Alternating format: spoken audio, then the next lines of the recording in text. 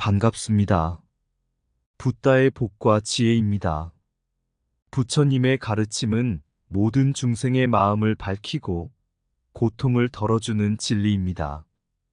대승불교는 이러한 부처님의 진리를 더 많은 이들에게 전하고 모두가 함께 깨달음을 얻을 수 있도록 하기 위해 다양한 방편을 사용했습니다.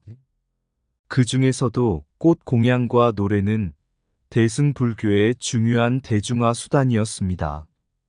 꽃은 아름다움과 향기로 우리 마음을 장엄하게 하며 부처님의 무량한 자비를 상징합니다. 대승불교는 이 꽃 공양을 통해 신심을 고취하고 모든 중생이 부처님의 가르침에 쉽게 다가갈 수 있도록 했습니다. 또한 음성 공양, 즉 노래와 연불은 우리의 마음을 평화롭게 하고 부처님의 진리를 노래로서 널리 전파했습니다. 원효대사와 같은 선지식들이 무예가를 통해 부처님의 가르침을 전하며 우리 모두가 부처님의 길을 함께 걸을 수 있도록 도왔습니다. 오늘 이 영상에서 우리는 대승불교가 꽃 공양과 노래를 통해 어떻게 더 많은 이들에게 다가갔는지, 그리고 그것이 오늘날까지 어떻게 이어져 왔는지를 함께 살펴보겠습니다.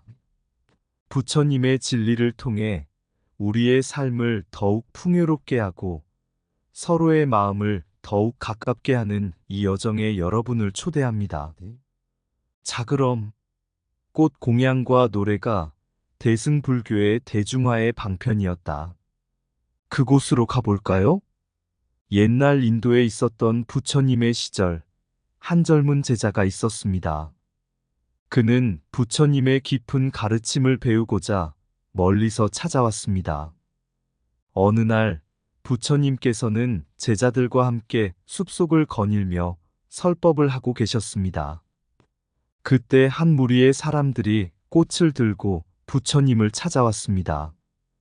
그들은 부처님께 꽃 공양을 올리며 그들의 신심과 공경심을 표현했습니다. 부처님께서는 미소를 지으며 그 꽃을 받으셨습니다. 제자들은 의아해하며 물었습니다. 부처님, 왜 이 꽃들이 이렇게 중요한가요? 그냥 보잘것없는 꽃들 아닌가요? 부처님께서는 꽃을 손에 들고 말씀하셨습니다. 이 꽃들은 단순한 꽃이 아니라 이 세상의 모든 아름다움을 상징하는 것입니다. 꽃은 우리 마음의 아름다움과 순수함을 나타내며 그 향기는 우리의 선한 행위와 같은 것입니다. 꽃 공양은 단지 꽃을 바치는 행위가 아니라 우리 마음의 순수한 신심을 나타내는 것입니다. 이어 부처님께서는 제자들에게 노래를 부르도록 권유하셨습니다. 음성 공양 또한 중요한 수행 방법입니다. 노래와 연불을 통해 우리는 부처님의 가르침을 마음 깊이 새기고 서로의 마음을 열어 더욱 가까워질 수 있습니다. 그중 한 제자인 원효대사는 무예가를 부르기 시작했습니다. 그의 노래는 숲속에 울려 퍼지며 모든 이들의 마음을 평화롭게 만들었습니다. 원효대사는 노래를 부르며 부처님의 가르침을 쉽게 이해할 수 있도록 설명했습니다. 그는 바가지를 두들기며 박자를 맞추었고 모든 사람들이 함께 그 노래를 따라 부르며 부처님의 가르침에 더욱 가까워졌습니다.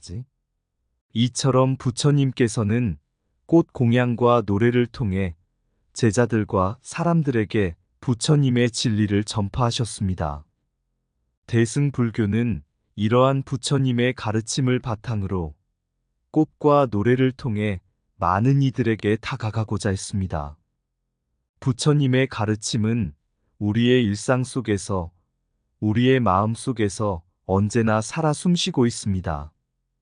옛날 인도에 부처님께서 활동하시던 시절, 여러 제자들이 부처님의 가르침을 따르고 있었으나 그들의 이해와 수행 방식은 다양했습니다. 시간이 흐르면서 부처님의 가르침은 여러 갈래로 나뉘었고 그 중에서도 두 가지 주요한 흐름이 있었습니다. 바로 부파불교와 대승불교였습니다. 부파불교는 부처님의 가르침을 매우 엄격하게 해석하고 따랐습니다. 그들은 부처님의 원래 말씀과 계율을 철저히 지키려 노력하며 명상과 개인적인 수행을 통해 깨달음을 얻고자 했습니다. 그들은 개인의 해탈을 중시하며 각자의 깨달음에 집중하는 방식이었습니다. 부파불교의 스님들은 엄격한 계율을 지키며 대체로 대중과 거리를 두고 수행에 전념했습니다. 시간이 지나면서 일부 제자들은 부처님의 가르침이 단지 개인의 해탈에만 국한되어서는 안 된다고 생각했습니다. 그들은 모든 중생이 함께 깨달음을 얻고 서로 돕고 이끌어야 한다고 믿었습니다. 이러한 생각은 대승불교의 기초가 되었습니다. 대승불교는 모든 중생의 깨달음을 목표로 삼으며 보다 포용적이고 대중적인 접근을 강조했습니다. 대승불교는 부파불교와 달리 형식적이고 의식적인 차별성을 지니고 있었습니다.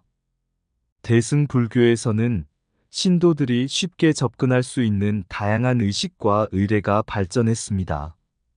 예를 들어 꽃 공양은 대승불교의 중요한 의례 중 하나로 신도들이 부처님께 아름다운 꽃을 바치며 마음의 순수함과 공경심을 표현할 수 있는 방법이었습니다. 대승불교는 부처님의 가르침을 널리 전파하기 위해 대중화 전략을 사용했습니다. 그들은 노래와 연부를 통해 부처님의 가르침을 쉽게 이해하고 기억할 수 있도록 했습니다. 원효대사는 무예가를 부르며 부처님의 가르침을 전파했고, 이는 대중들에게 큰 호응을 얻었습니다. 부처님의 가르침을 노래와 이야기로 전하는 방식은 많은 사람들에게 친숙하게 다가갔습니다. 부처님께서는 어느 날 제자들과 함께 앉아 설법을 하시며 이렇게 말씀하셨습니다. 진정한 깨달음은 혼자만의 해탈이 아니라 모든 중생과 함께 이루는 것입니다. 우리는 서로 돕고 이끌며 함께 이 길을 걸어야 합니다. 그러면서 부처님은 한 송이 꽃을 들어 보이며 말씀하셨습니다. 이 꽃의 아름다움은 모두의 마음을 밝히고 그 향기는 우리 모두를 하나로 연결합니다. 우리가 함께 이 꽃을 공양하며 서로의 마음을 열고 부처님의 가르침을 나누어야 합니다. 부처님의 이 말씀은 대승불교의 기초가 되었고, 대승불교는 이러한 부처님의 가르침을 바탕으로 모든 중생의 깨달음을 목표로 삼았습니다.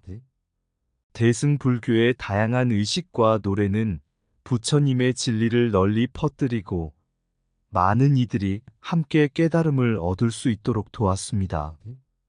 모든 중생은 깨달음을 이룰 수 있다. 서로 돕고 이끌며 함께 나아가자.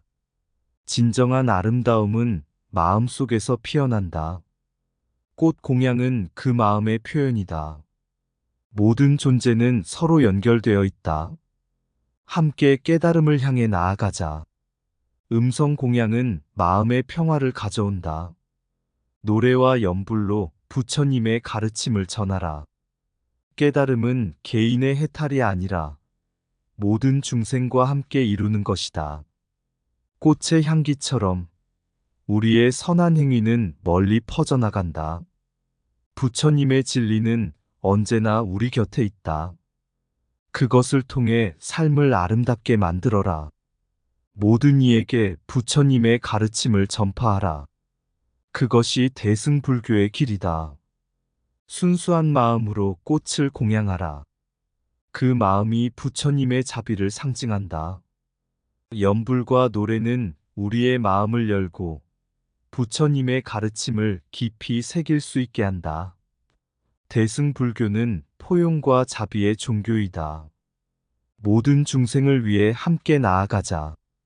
부처님의 가르침은 일상 속에서 빛난다. 그것을 실천하라. 모든 중생은 부처가 될 수 있다. 서로의 깨달음을 돕자. 꽃 공양은 우리의 마음을 장엄하게 한다. 그 아름다움을 부처님께 바쳐라. 노래와 이야기를 통해 부처님의 진리를 전하라. 그것이 대중화를 위한 길이다. 옛날 인도에서 부처님께서 제자들과 함께 숲속을 거닐며 설법을 하고 계실 때의 이야기입니다. 부처님의 가르침은 많은 사람들에게 큰 영감을 주었고, 그분의 말씀을 듣고자 먼 길을 찾아오는 사람들이 끊이지 않았습니다. 어느 날 한 무리의 신도들이 아름다운 꽃을 들고 부처님을 찾아왔습니다. 이 신도들은 부처님께 아름다운 꽃을 바치며 그들의 존경과 공경심을 표현하고자 했습니다. 부처님께서는 미소를 지으며 그 꽃을 받으셨고 제자들에게 말씀하셨습니다. 이 꽃은 단순히 아름다움을 위한 것이 아닙니다. 꽃은 우리의 마음속 순수함과 공경심을 상징하며 부처님께 대한 깊은 신심을 나타냅니다. 부처님께서는 이어서 꽃 공양의 중요성을 설명하셨습니다. 대승불교에서는 꽃 공양을 통해 우리의 마음을 정화하고 부처님의 가르침을 마음 깊이 새길 수 있습니다. 이 꽃들은 부처님의 무한한 자비와 지혜를 상징하며 우리가 그 길을 따르도록 도와줍니다. 부처님의 말씀을 듣고 있던 한 제자가 질문했습니다. 그러나 스승님, 부파 불교에서는 꽃을 공양하는 것이 금기되어 있지 않습니까? 꽃은 일상적인 가정에서 사용하는 것으로 알고 있습니다. 부처님께서는 고개를 끄덕이며 대답하셨습니다. 그렇다. 부파 불교에서는 꽃을 일상적인 가정에서 사용하는 물건으로 보아 공양의 대상으로 삼지 않았습니다. 그들은 주로 엄격한 계율과 개인 수행에 집중하였기 때문입니다. 하지만 대승불교는 모든 중생의 깨달음을 목표로 삼기 때문에 더 많은 사람들이 쉽게 다가올 수 있는 방식으로 가르침을 전하는 것이 중요합니다. 부처님께서는 꽃을 들어 보이며 말씀을 이어가셨습니다. 이 꽃의 아름다움과 향기는 우리 모두의 마음을 장엄하게 합니다. 꽃 공양은 부처님께 대한 우리의 공경심을 표현할 뿐 아니라 우리 자신을 정화하고 마음을 깨끗하게 만드는 행위입니다. 꽃을 바치는 것은 단순한 행위가 아니라 우리의 신심과 자비를 나타내는 것입니다. 부처님께서 이렇게 말씀하셨을 때 제자들은 깊은 감동을 받았습니다. 그들은 꽃 공양이 단순히 물질적인 것이 아니라 마음의 상태와 깊은 신심을 표현하는 중요한 의식임을 깨달았습니다. 부처님께서는 덧붙여 말씀하셨습니다. 우리가 꽃을 공양할 때 그 마음 속에 있는 순수함과 공경심을 함께 바쳐야 합니다. 그럴 때 우리의 마음은 부처님의 자비와 지혜로 가득 차게 될 것입니다. 꽃의 아름다움은 마음의 순수함을 상징합니다. 공양을 통해 우리의 마음을 정화합시다. 꽃 공양은 부처님께 대한 우리의 깊은 신심과 공경심을 표현하는 행위입니다. 대승불교에서는 모든 중생의 깨달음을 위해 꽃 공양을 소중히 여깁니다. 꽃의 향기는 부처님의 자비와 지혜를 우리에게 전해줍니다. 꽃 공양은 단순한 행위가 아닌 우리의 마음을 장엄하게 하는 의식입니다. 우리의 마음속 순수함을 꽃 공양을 통해 부처님께 바칩니다. 부처님의 가르침은 일상의 아름다움 속에서 발견됩니다. 꽃 공양이 그 예입니다. 부처님께서는 모든 중생이 깨달음을 얻을 수 있도록 꽃 공양을 허락하셨습니다. 꽃 공양은 우리의 신심과 자비를 나타내는 중요한 방법입니다. 대승불교는 모든 중생과 함께하는 깨달음을 추구합니다. 꽃 공양은 그 길의 일부입니다. 꽃의 아름다움처럼 우리의 마음도 정화되고 순수해질 수 있습니다. 부처님의 진리는 모든 이에게 열려 있습니다. 꽃 공양으로 그 진리를 기립니다. 꽃 공양은 우리의 마음을 부처님의 길로 이끄는 소중한 의식입니다. 부처님께 바치는 꽃은 우리의 마음속 공경과 신심의 상징입니다. 꽃의 향기는 우리의 선한 행위와 함께 멀리 퍼져나갑니다. 부처님의 가르침을 실천합시다. 옛날 인도에서 부처님께서 활동하시던 시절, 많은 사람들이 부처님의 가르침에 깊은 감명을 받고 따랐습니다.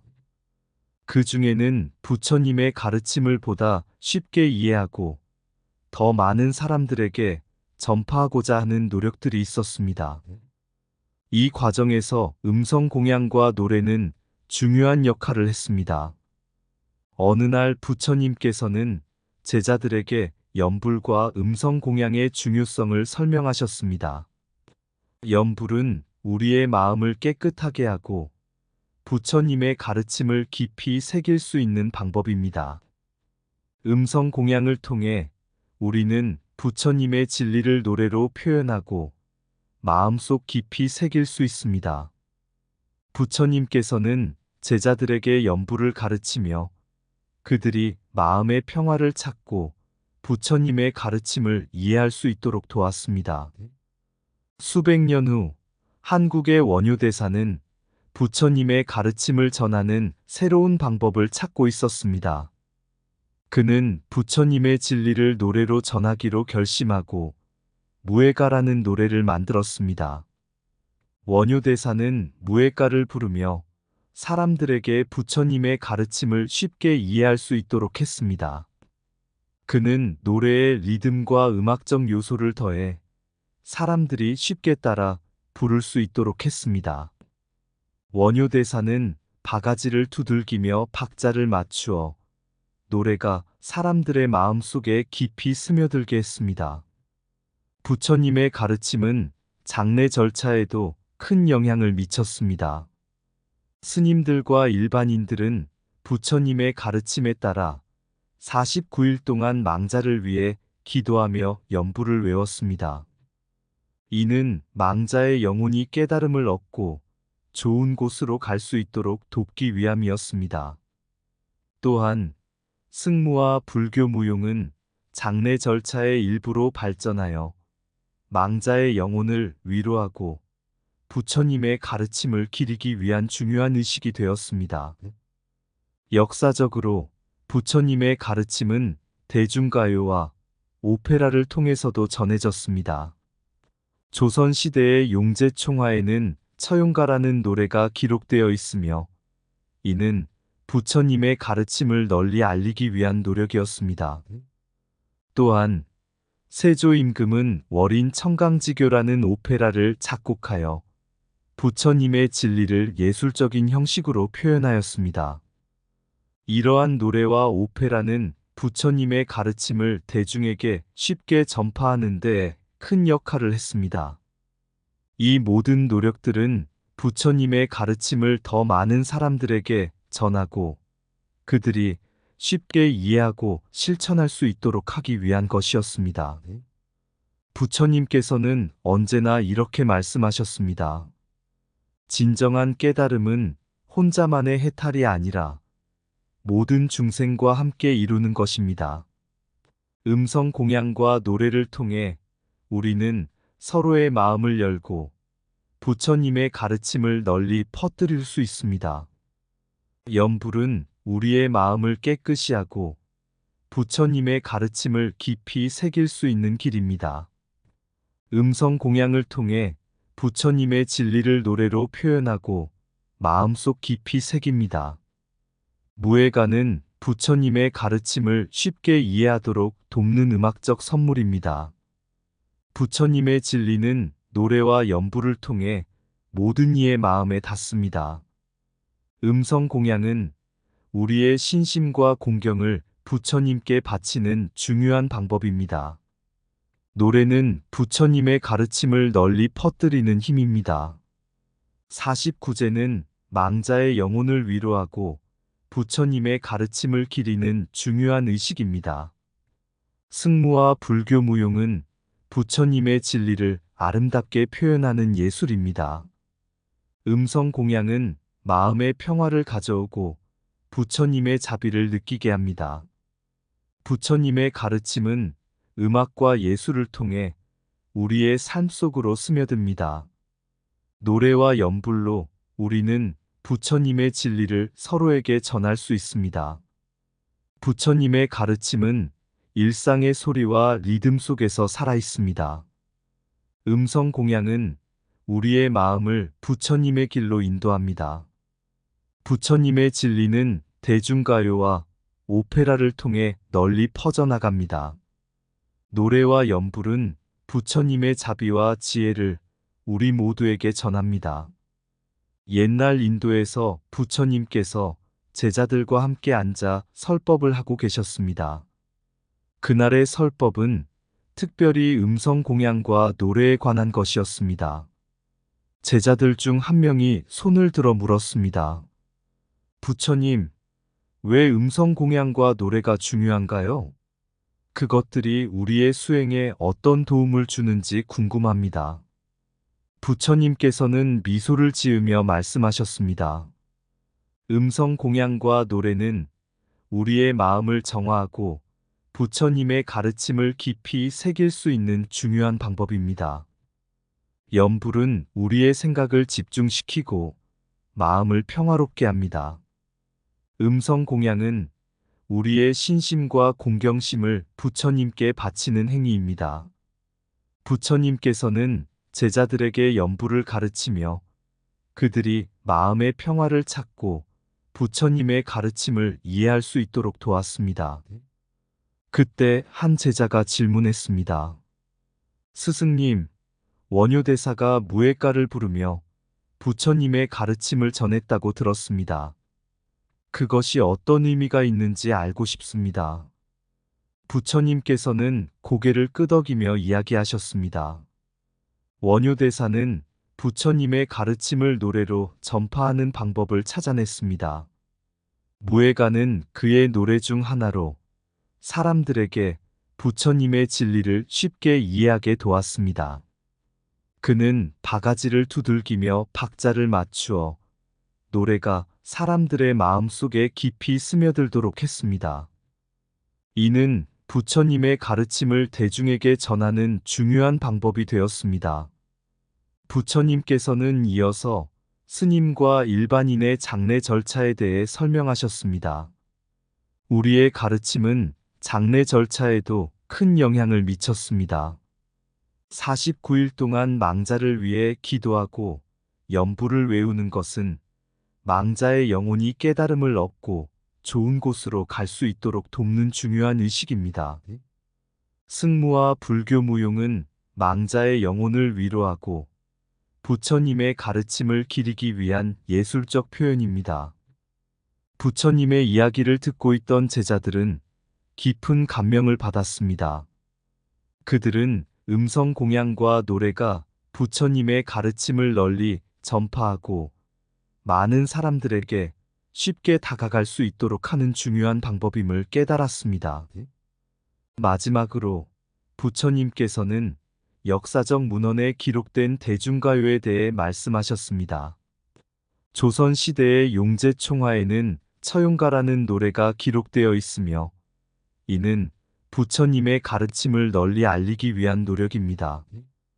또한 세조임금은 월인 청강지교라는 오페라를 작곡하여 부처님의 진리를 예술적인 형식으로 표현하였습니다. 이러한 노래와 오페라는 부처님의 가르침을 대중에게 쉽게 전파하는 데 큰 역할을 했습니다. 부처님께서는 마지막으로 이렇게 말씀하셨습니다. 진정한 깨달음은 혼자만의 해탈이 아니라 모든 중생과 함께 이루는 것입니다. 음성 공양과 노래를 통해 우리는 서로의 마음을 열고 부처님의 가르침을 널리 퍼뜨릴 수 있습니다. 이 모든 노력이 부처님의 진리를 전하고 모든 중생이 함께 깨달음을 향해 나아가는 길을 열어줄 것입니다. 이 이야기는 음성 공양과 노래가 부처님의 진리를 반영하며 부처님의 가르침을 대중화하는데 어떻게 중요한 역할을 했는지를 잘 보여줍니다. 부처님의 가르침은 우리의 일상 속에서 살아 숨쉬고 우리는 그 진리를 노래와 연부를 통해 서로에게 전할 수 있습니다. 언덕 위에 선 부처의 가르침은 바람과 함께 퍼져 향기롭다. 연불이 우리의 마음을 정화하고 음성 공양이 우리를 장엄하게 만든다. 원효대사의 무예가는 바람처럼 마음에 울려 퍼져 부처의 가르침을 노래한다.